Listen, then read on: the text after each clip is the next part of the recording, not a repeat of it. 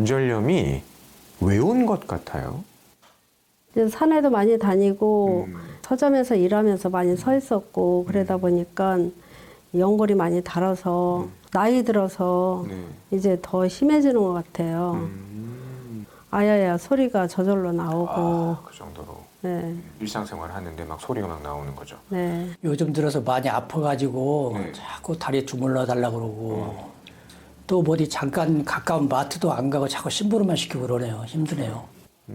마트도 못 가세요? 걸으면 아프니까 30분 이상 운동하기가 너무 힘들고 또 집에 있다 보니까 우울증이 좀 오는 것 같고 그래서 집에 나가기가 밖에 나가기가 쉽지 않네요. 그렇군요. 아니 못 나가니까 또 우울증까지 생긴 거군요. 네, 우울증이 좀 많이 있는 것 같아요. 저런. 아니 이렇게 관절염 때문에 힘들어진 게 언제부터예요? 10년 전에 조금 아팠다가 네.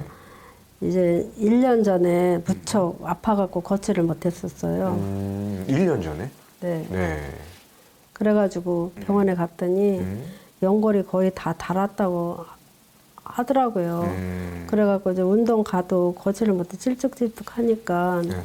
그 주사를 맞아보라고 하더라고요. 그래서 주사도 많이 맞고 이제 약도 먹고 네.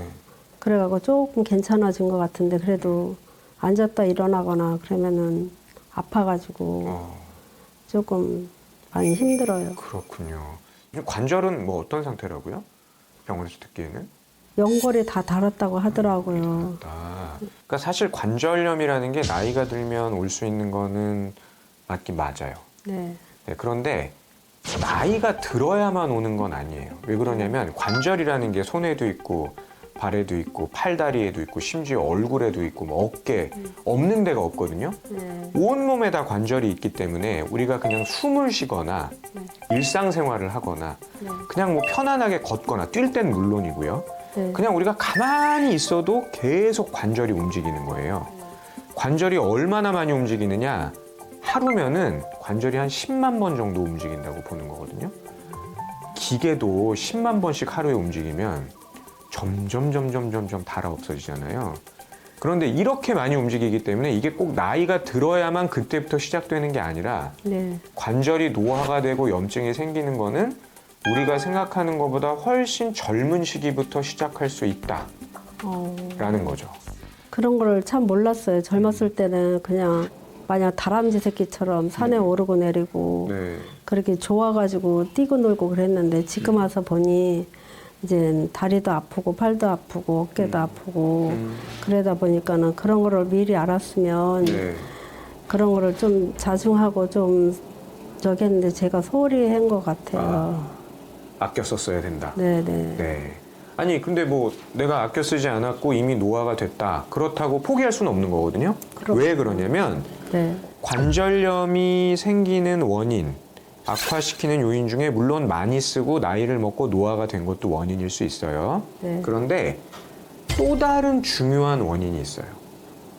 그게 뭐예요? 그게 뭐냐면 네. 관절염의 네. 염자는 무슨 뜻일까요? 그 염이? 염? 음. 피가 통하지 않는다. 뭐의 줄임말일까요? 염이. 염증의 줄임말이에요. 염증의 줄임말이에요. 네.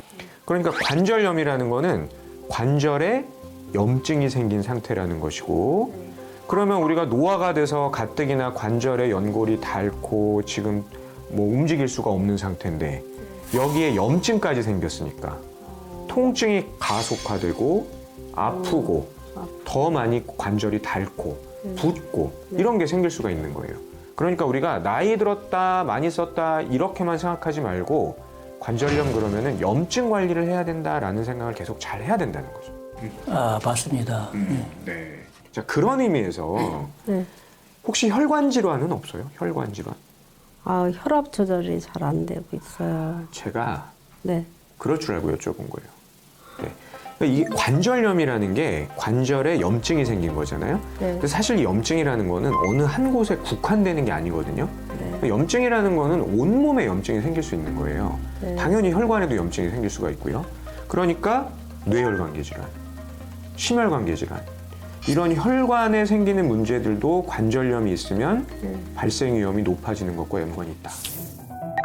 이진희 씨 역시 어떤 질환 때문에 약을 먹는 모습이 관찰됐었는데요. 관절염 외에 갖고 있는 질환은 고지혈증 약 먹었어요. 그러니까 한 2년 정도 됐어요, 먹은 지. 건강하기만 했던 50대, 60대에 접어들면서 관절염이 찾아오더니 혈관 건강에도 빨간불이 켜졌습니다. 혈관 건강이 나빠져가지고 고지혈증이 있으면은 당연히 무릎으로 가는 관절 혈액순환에 영향을 줄 수는 있습니다. 그래서 골관절 발생 위험도도 혈관이 나빠졌을 때는 위험도도 커지고 관절 통증도 더 심해지기 마련입니다.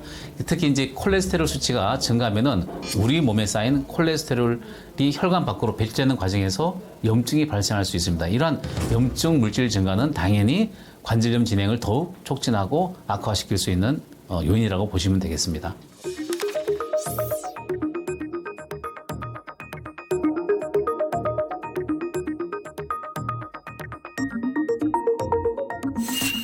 고지혈증 등으로 혈관 건강이 나쁘면 염증 유발 물질이 증가하기 때문에 관절염 염증 관리를 위해선 혈관 관리도 필요합니다. 관절염하고 혈관 질환하고 관련이 있다는 게 지금 처음 들었네요, 선생님한테. 그렇죠. 예. 네. 오늘 제가 처음 한 얘기이지만 굉장히 중요한 얘기이기 때문에 얘기인데. 앞으로 우리가 관절염을 관리를 할 때는 그냥 뭐 관절염, 통증 이게 아니라 혈관 관리까지 해야 된다라는 걸 꼭 기억을 하셔야 됩니다.